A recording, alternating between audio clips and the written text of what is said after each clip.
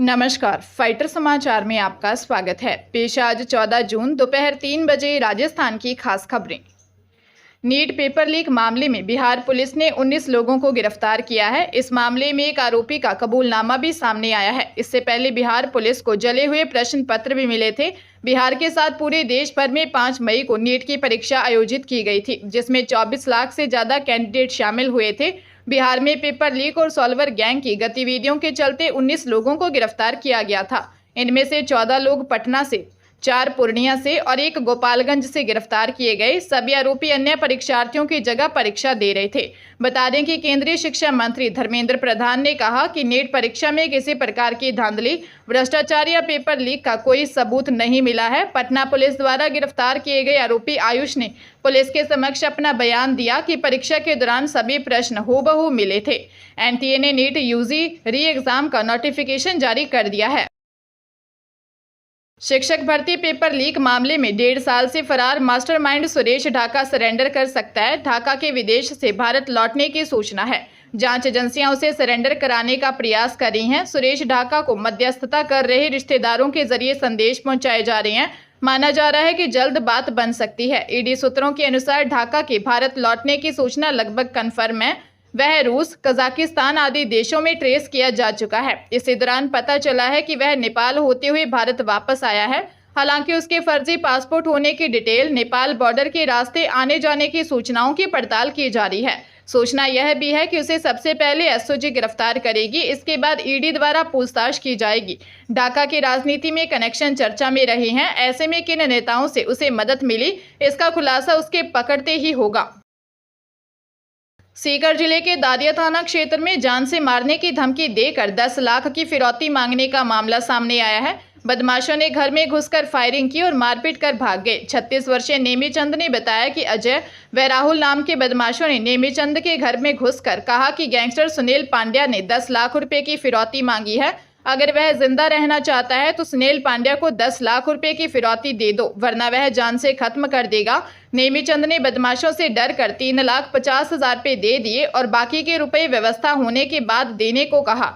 घटना के कुछ दिन बीत जाने के बाद बदमाशों ने नेमीचंद के घर में पिकअप गाड़ी से तोड़फोड़ की। बदमाशों ने नेमीचंद के साथ मारपीट की और भाग गए। जब नेमीचंद ने बदमाशों का पीछा किया तो बदमाशों ने फायर कर दिया। गोली नेमीचंद के सिर के पास में होकर निकल गई और वह बच गया। फिलहाल पुलिस ने नामजद मामला दर्ज कर जांच शुरू कर दी है। पुलिस बदमाशों की तलाश में जुटी है।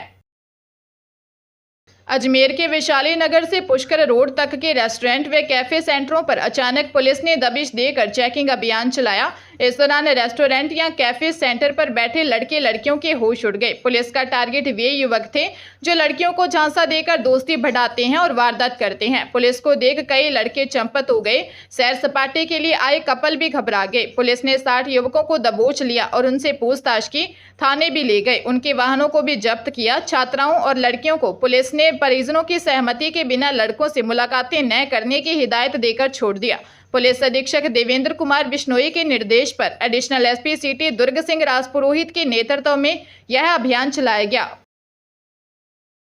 सरकार ने 2,70,000 तृतीय श्रेणी शिक्षकों की तबादला नीति का ड्राफ्ट तैयार किया है। पंजाब, कर्नाटक, उड़ीसा की तबादला नीतियों के अध्ययन के बाद तैयार इस ड्राफ्ट के अनुसार सबसे पहले उन स्कूलों के शिक्षकों को इच्छित स्थान पर तबादला में प्राथमिकता दी जाएगी जिन स्कूलों को लगातार 3 साल तक 5वीं 8वीं में 5 स्टार रेटिंग मिली हो। इसके बाद पूर्णतः दिव्यांग शिक्षक, गंभीर बीमार शिक्षक, गंभीर बीमार पति पत्नी, विधवा, परित्यक्ता और अंत में वर्तमान में सेवारत सैनिकों की पत्नियों का भी इच्छित स्थान पर तबादला हो सकेगा।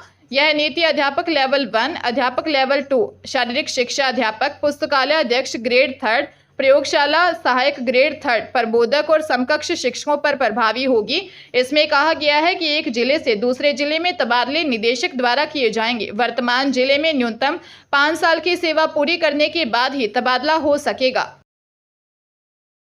राष्ट्रीय स्वयंसेवक संघ की राष्ट्रीय कार्यकारिणी के सदस्य इंद्रेश कुमार ने कहा कि राम सबके साथ न्याय करते हैं। 2024 के लोकसभा चुनाव को ही देख लीजिए, जिन्होंने राम की भक्ति की लेकिन उनमें धीरे धीरे अहंकार आ गया, उस पार्टी को सबसे बड़ी पार्टी घोषित कर दिया। उनको जो पूर्ण हक मिलना चाहिए, जो शक्ति मिलनी चाहिए, वो भगवान ने अहंकार के कारण रोक दी। इंद्रेश कुमार जयपुर के पास कानोता में रामरथ अयोध्या यात्रा दर्शन पूजन समारोह में बोल रहे थे। उन्होंने आगे कहा, जिन्होंने राम का विरोध किया उन्हें बिल्कुल भी शक्ति नहीं दी, उनमें से किसी को भी शक्ति नहीं दी। प्रभु का न्याय विचित्र नहीं है, सत्य है, बड़ा आनंददायक है। इसलिए जिस पार्टी ने भक्ति की अहंकार आया, उस पार्टी को 241 पर रोक दिया, पर सबसे बड़ी बना दिया। जिनकी राम के प्रति आस्था नहीं थी, उन सबको मिलकर 234 पर रोक दिया। कहा, तुम्हारी अनास्था की यही दंड तुमको है कि तुम सफल नहीं हो सकते।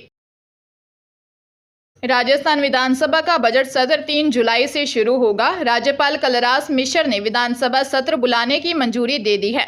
राज्यपाल की मंजूरी के बाद अब विधानसभा सचिवालय सत्र बुलाने की अधिसूचना जारी करने के साथ ही विधायकों को इसकी सूचना देगा।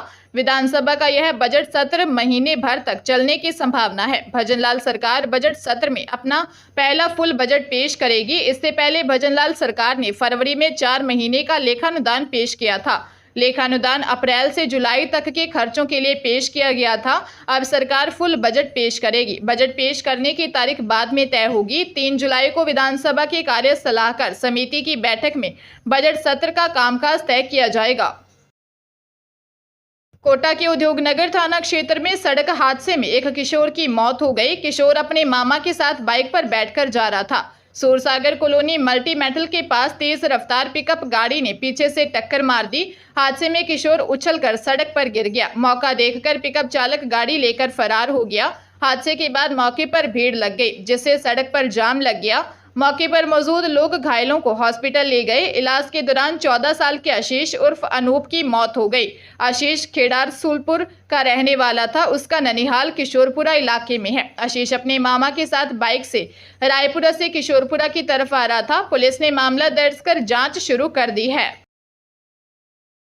जोधपुर जिले के फलौदी में एक कार का पीछा करते समय बाप पुलिस की कार पलट गई। हादसे में बाप थानाधिकारी और कांस्टेबल घायल हो गए, जिन्हें फलौदी अस्पताल लाया गया।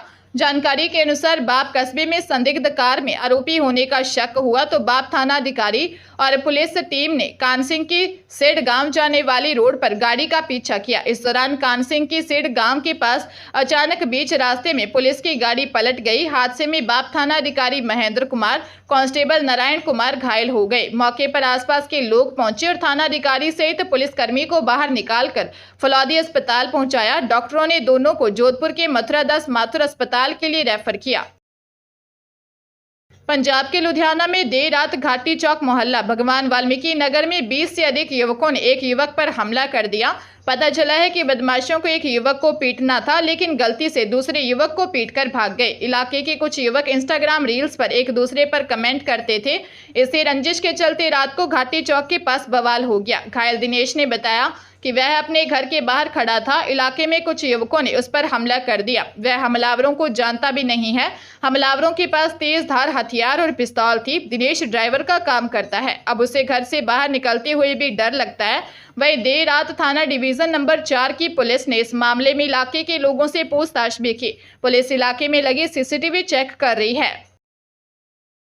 अजमेर जिले में दोस्ती कर युवती से रेप का मामला सामने आया है। दरगाह थाने में पीड़िता ने दी शिकायत में बताया कि 3 साल पहले एमपी के रहने वाले एक युवक ने उसे कॉल किया, जिसने दोस्ती का झांसा दिया और अपनी असली पहचान छुपाकर हिंदू लड़का बताकर बात करना शुरू किया। उसके बाद आरोपी ने उसे अजमेर बुलाया और डरा धमकाकर उसके साथ रेप किया। इस दौरान उसके अश्लील फोटो और वीडियो बना लिए, जिन्हें वायरल करने की धमकी देकर उसके साथ कई बार रेप किया गया। परेशान होकर उसने थाने में मुकदमा दर्ज करवाया है। पुलिस मामले की जांच में जुटी है।